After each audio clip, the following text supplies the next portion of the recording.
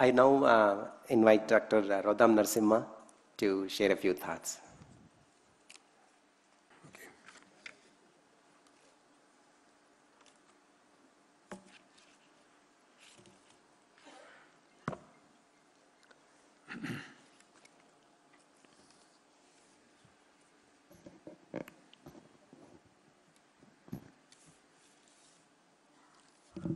Hello, namaskar. Dr. Srinivasan, M.R. Srinivasan, Dr. V.K. Atre, Professor Venugopal, Professor Jafet, Professor Ramesh, faculty and staff at this old college, and students, my fellow alumni. Well, the centenary is a historic occasion, and it's a time during which you go back over the past and see what's happened, and you celebrate the great people, the great minds who set up this college at a time when it was still a very uncommon thing to do in India. As you've already heard, the 5th engineering college in the country, and the first outside British India. It had the courage to start the first electrical engineering department in the country, British India or Princely India. So this college produced a large number of engineers who made a name for themselves all over the nation, certainly. So we in fact have an extraordinary legacy. Now, on the occasion of the centenary, we should spend some time trying to think about the history of this college since it was set up 100 years ago. And really, most importantly, think about the future. Well, Professor Srinivasan has already mentioned, has already described what we could do on this occasion. And Professor Venugopal and Professor Jafet have made their suggestions, and I'm glad to hear that there's now very serious plans about what the future is going to be. I must say that we must remember that the country has changed a great deal. Well, I would say in the last, well, let's say 70 years, 80 years after independence. And if you look at the world today, it looks as though the world is going to change a great deal. Maybe in the next few years even. An order which came into being at the end of the Second World War. I'm old enough to remember the Second World War still. Which has remained more or less intact over the last 70, 80 years, is now beginning to show signs of cracking. Within India, we have a large number of central institutes.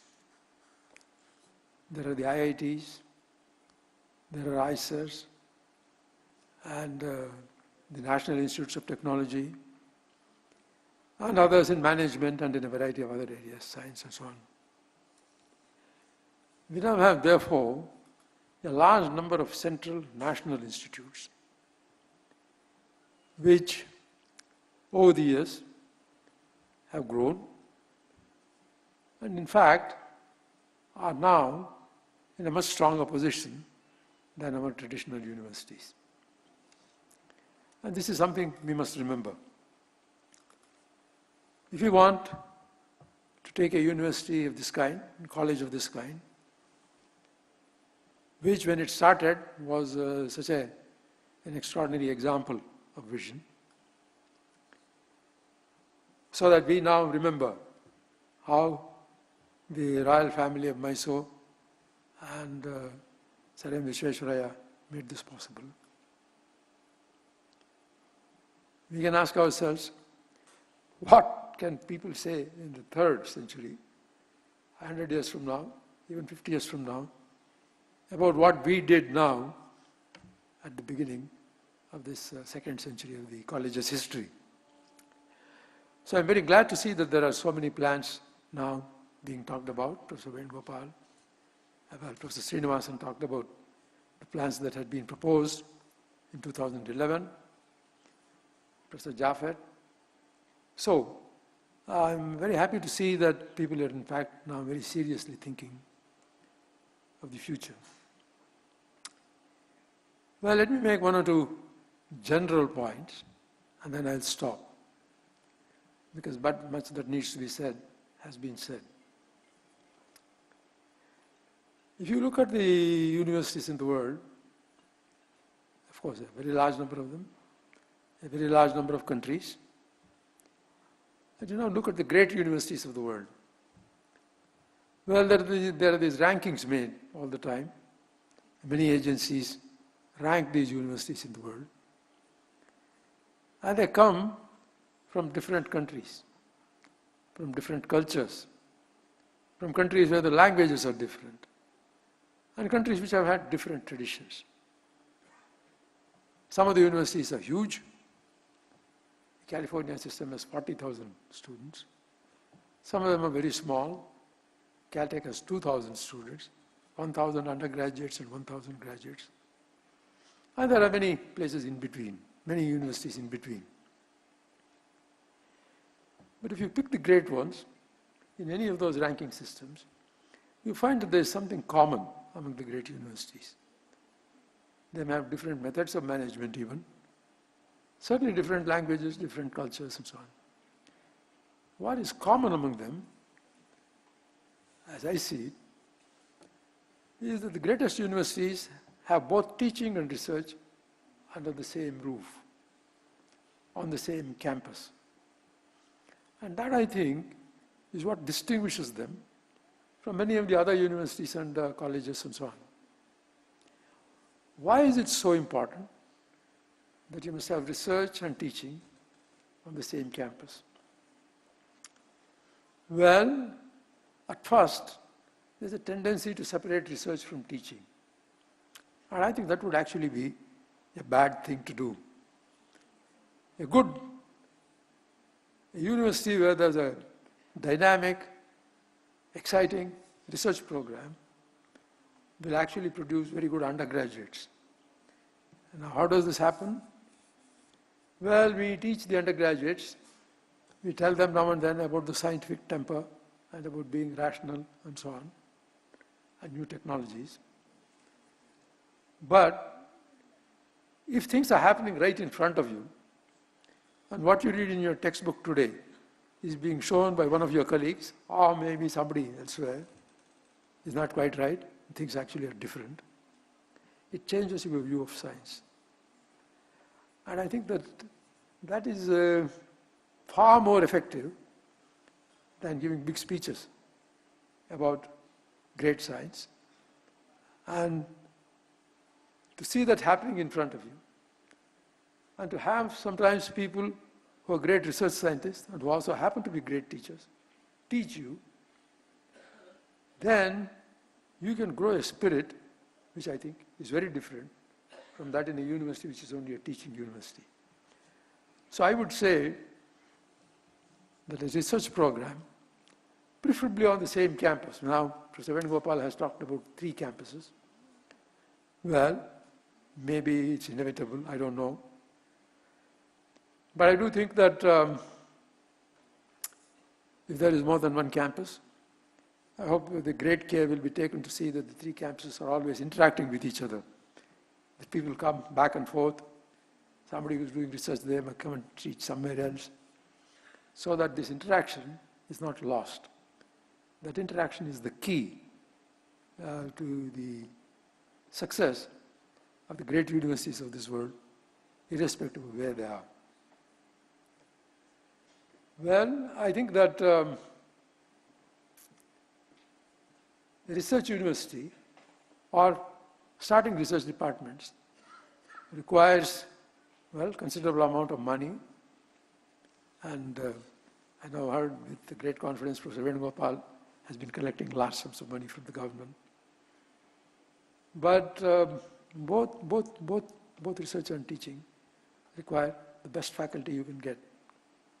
And I think that that's another problem, really. It's a bit of a problem. It's going to be a bit of a problem because the system of education in this country has changed. You'll have to compete with the IITs, the NITs, and so on. But I think it can be done. There's no reason why it can't be done.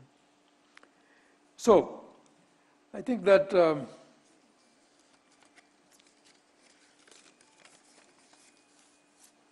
this, in the history of this college, can be a turning point. Can be a turning point in its future. And I'm glad to see that since we first began having these discussions in 2011, some concrete ideas are emerging. And maybe a thorough discussion of these proposals from many different points of view would be a very worthwhile thing to do. Well, let me say about both teaching and research, how there are some reforms I think are needed in the Indian university system in general, and wherever there is an opportunity to do it by ourselves, I think we should do it ourselves. I see in newspaper reports now, announcements, that the UGC is not going to be there in the very near future. There will be a new Higher Education Council for India, and I hope that this new council will undertake reforms which will bring about the big changes that are necessary in our educational system. I know that marks are very important in these exams, and nowadays marks are very important for everybody in the country, and this is front page news in all the newspapers. Who came first, who got the highest marks. Well, that education and that performance in the exam is important. But in the end, what history shows is that some of the greatest contributions have been made by people who really were not great in their exam scores. Einstein is a great example. Einstein is one of the greatest minds that science has produced. But if you go to his school or college and say, what was this genius like at that time? Well, it didn't seem as if he was a very striking man at that time. I think even more important exam marks are certain personal qualities. In India itself, you have an example. Ramanujan couldn't pass his exam. No university in India today, even today, will admit Ramanujan to a degree course. But Cambridge did it. How is it that you have to go to Cambridge after having failed in India to get a degree, and he got a degree very fast? But in India, it's not possible even today. Well, almost impossible, I would say, because some universities have begun to change some of their rules. What is important is passion. It's incidentally something that Dr. Atre included among the 3 things that were necessary in one of the articles he wrote in your volumes. Passion is actually a very important variable. And so one of the things that is necessary for a good teacher to do is to look out for people who are certainly bright and intelligent, very important, but also have a passion for doing something. And I think we must give a great deal of attention to make things where passion gets, well, I won't say as many marks, as much consideration as the marks do.